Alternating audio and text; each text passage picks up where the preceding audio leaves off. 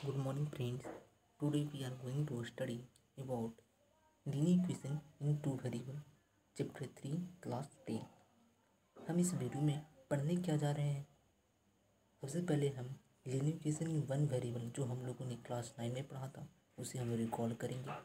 उसके बाद हम solution of linear equation in one variable क्या होता है उसके बारे में एक क्विक रिकॉल करेंगे। Linear equation in two variable के बारे में कुछ इंट्रोडक्शन करेंगे and solution of simultaneous linear equation in two variable के बारे में हम स्टडी करेंगे। तो प्रोसीड करते हैं।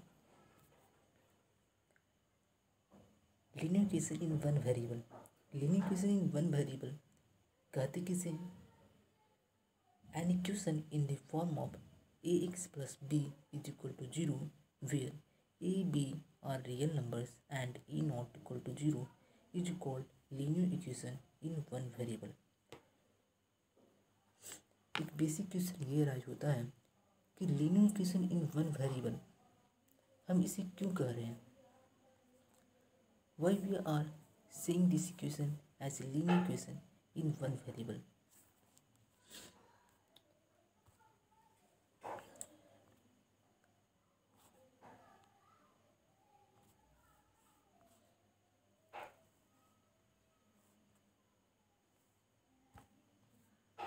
हम लीनियर इक्वेशन वन वेरिएबल यहाँ पर इसे इसलिए कह रहे हैं क्योंकि इस इक्वेशन में हम एकमात्र x को ही एज ए वेरिएबल के रूप में देख पा रहे हैं, इसलिए हम इसे वन वेरिएबल कह रहे हैं। और e not equal to zero हम यहाँ इस डिफिनीशन में क्यों लिख रहे हैं? हम e not equal to zero इस डिफिनीशन में हम इसलिए लिख रहे हैं क्योंकि यदि हम a इक्वल टू जीरो लेते हैं और उसे हम पुट करके देखते हैं तो हमें क्या प्राप्त होगा? 0 into x plus b equal to 0। तो इस केस में हम देख सकते हैं कि जब भी हम एक्स की जगह कोई भी वैल्यू लेते हैं उसे 0 से मल्टीप्लाई किए तो हमें 0 ही प्राप्त होगा। देन बी इजिकल टू 0 जो एक कांस्टेंट टर्म रिप्रेजेंट कर रहा है, ये एक कांस्टेंट टर्म है, उसे हम लीनियर इक्वेशन में वन वेरिएबल नहीं कर सकते क्योंकि इसमें कोई भी वेरिएबल नहीं है। इसलिए हमारे लिए एक प्रॉपर डिफिनीशन यह होगा कि an equation in the form of a x plus b is equal to 0 where a and b are real numbers and a not equal to 0। जैसे कि एग्जांपल में दिया गया है 2x plus 5 is equal to 0, 4x plus 5 is equal to 0। अब हम बात करते हैं solution of linear equation in one variable की। वैसे वैल्यू ऑफ एक्स जो उस गिवन इक्वेशन को सेटिस्फाई कर रहा होगा उसे हम solution of linear equation in one variable कहेंगे। जैसा कि हमारे पास 2x प्लस 5 हमें गिवन इक्वेशन दिया हुआ है। अब बात यह होती है कि सेटिस्फाई जो यहाँ पर हमने यूज किया है वह सेटिस्फाई का मतलब क्या होता है? ये टर्म जो हम 2x माइनस 5 है वह LHS है और जो हमारा बाई जी इक्वल टू 0 लिखा हुआ है ये एक RHS है। यदि हम x के इक्वल टू 5/2 को पुट करते हैं यहाँ पर x की जगह पर इस इक्वेशन में जहाँ x है उस जगह पर हम 5/2 पुट करते हैं तो यदि LHS जो है उतना आता है जितना कि RHS है। जैसे कि RHS इस इक्वेशन में 0 दिया हुआ है, इसका मतलब x इक्वल टू 5/2 को सोल्यूशन होने के लिए जब हम x की जगह पर 5/2 पुट करते हैं इस इक्वेशन में तो उसका मतलब LHS इज इक्वल टू भी 0 होना चाहिए। यदि वो होता है तो हम कह सकते हैं कि x इक्वल टू 5/2 जो है इस गिवन इक्वेशन का सॉल्यूशन है। अगर नहीं होता है तो x इक्वल टू 5/2 को हम इस गिवन इक्वेशन के सॉल्यूशन नहीं कह सकते हैं। तो हम इस चीज़ के सॉल्यूशन देखते हैं कि कैसे हम यह आइडेंटिफाई करें कि कौन सी वैल्यू जो है x का सॉल्यूशन होगा और कौन सा वैल्यू नहीं होगा।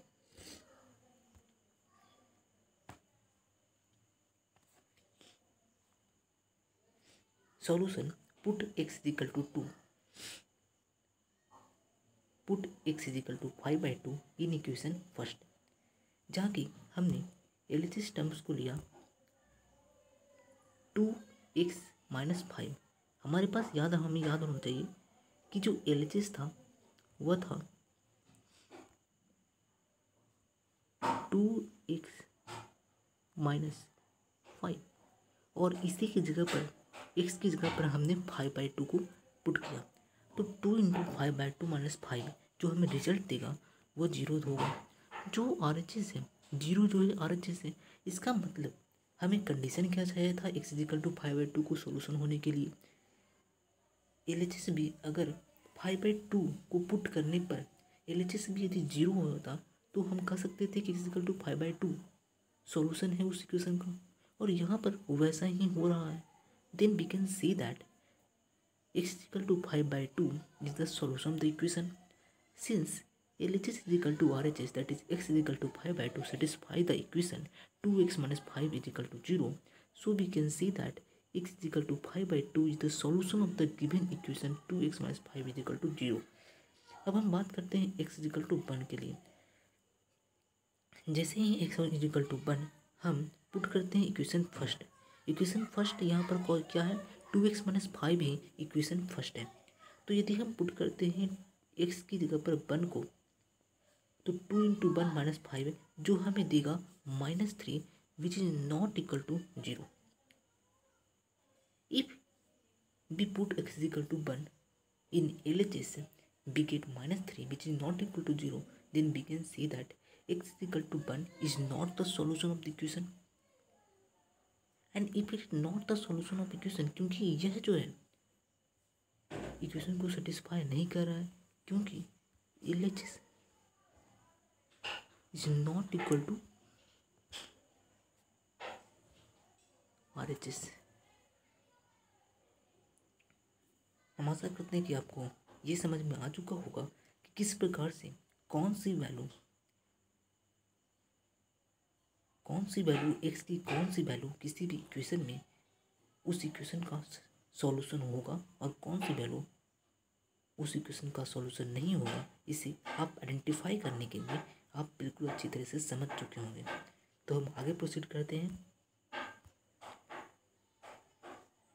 अब हम पढ़ेंगे लीनियर इक्वेशन इन 2 वेरिएबल के बारे में। लीनियर इक्वेशन इन 2 वेरिएबल किसे कहते हैं? एक प्रॉपर डेफिनेशन यह हो सकता है कि an equation in the form of ax + by + c = 0 where a not equal to 0, b not equal to 0 and a, b, c are real numbers। इस डिफिनीशन में हमें ये point where a not equal to 0, b not equal to 0 और a, b, c are real numbers ये लिखना बहुत ही important होता है। जिस प्रकार से हमने लीनियर इक्वेशन इन 1 वेरिएबल में देखा था कि a not equal to 0 क्यों इम्पोर्टेंट होता है, सेम वही कंडीशन लीनियर इक्वेशन 2 वेरिएबल में भी अप्लाई होता है। लीनियर इक्वेशन 2 वेरिएबल में अगर a not equal to 0 नहीं होता और a की जगह पर हम यदि 0 पुट कर देते तो वह हमें लीनियर इक्वेशन इन 1 वेरिएबल प्राप्त करता।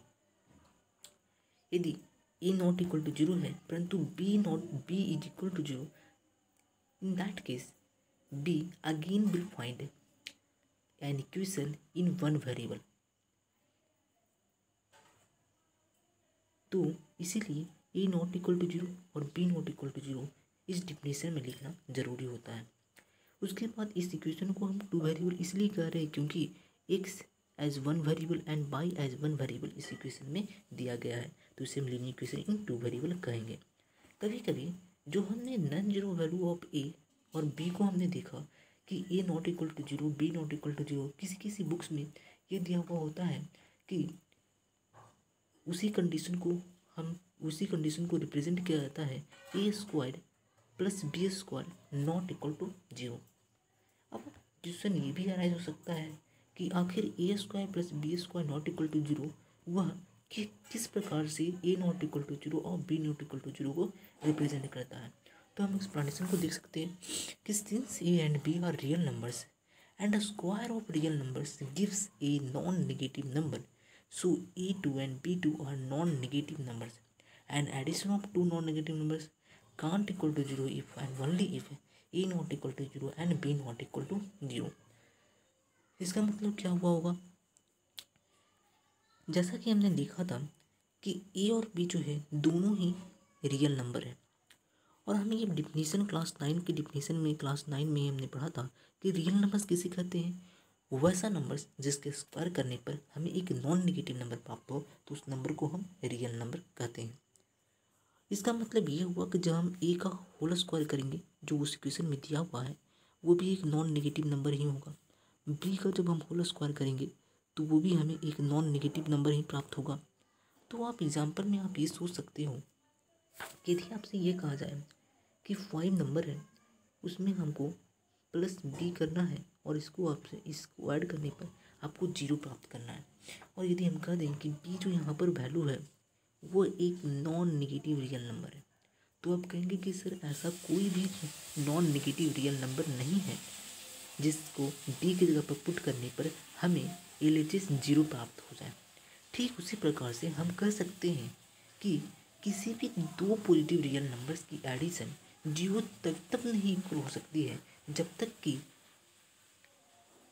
हर एक वह एडिशन का टर्म 0 के बराबर ना हो। ठीक उसी प्रकार से यदि A² प्लस B² को 0 होना है, नॉट इक्वल टू 0, तभी नहीं हो सकता है जब यहाँ पर प्रयोग किया गया A नॉट इक्वल टू 0 होगा और प्रयोग किया गया B नॉट इक्वल टू 0 होगा। तो इस कंडीशन को भी आप समझ चुके होंगे। तो आगे बढ़ते हैं। फर्दर हम जो पढ़ने जा रहे हैं वो simultaneous linear equation in two variable. हम क्लास 10 में linear equation in two variable के जो पढ़ने जा रहे हैं उसमें जितने भी क्वेश्चंस होंगे वो मोस्टली जो होगा वह simultaneous linear equation in two variable पर ही बेस्ड होगा।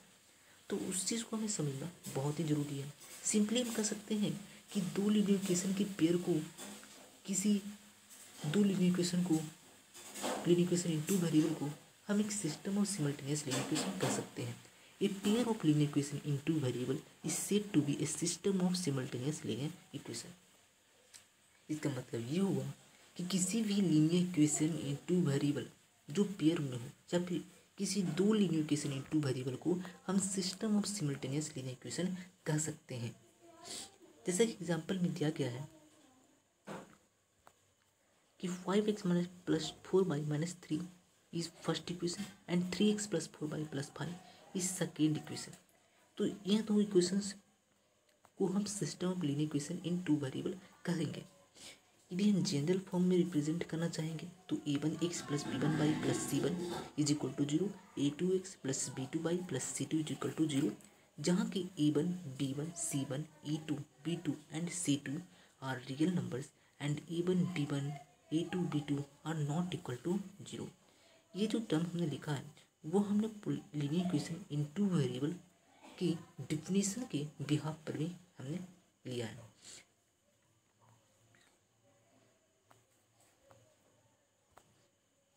अब आगे बढ़ते हैं। Solution of simultaneous linear equation in two variable.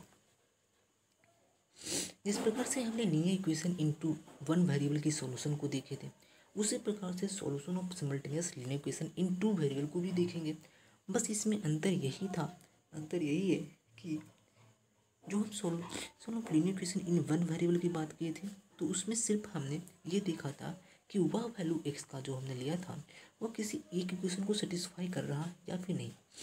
लेकिन हम यहाँ पर जो है x और y की जो वैल्यू होगा उसे हम किसी दो इक्वेशन में लेकर देखेंगे। जैसे कि लिखा हुआ है दो value of x and y भी satisfy each one of the given system of linear equations in two variable in x and y. For example, so that x is equal to 2, y is equal to 1 is a solution of system of simultaneous linear equation. हमें दो equations दिया गया है 3x minus 2y is equal to 4 and 2x plus 5 is equal to 2x plus y is equal to 5. यह हमारे पास दो equations हैं और हमें ये दिखाना है कि x is equal to 2, y is equal to 1 क्या ये दोनों पेयर ऑफ इक्वेशंस का सॉल्यूशन है। इसे हमें दिखाने के लिए हमें यह देखना होगा कि क्या x is equal to 2, y is equal to 1 प्रत्येक एक इक्वेशन को सेटिस्फाई कर रहा है या फिर नहीं। सबसे पहले हम x is equal to 2, y is equal to 1 जो है हम इस इक्वेशन में पुट करके देखेंगे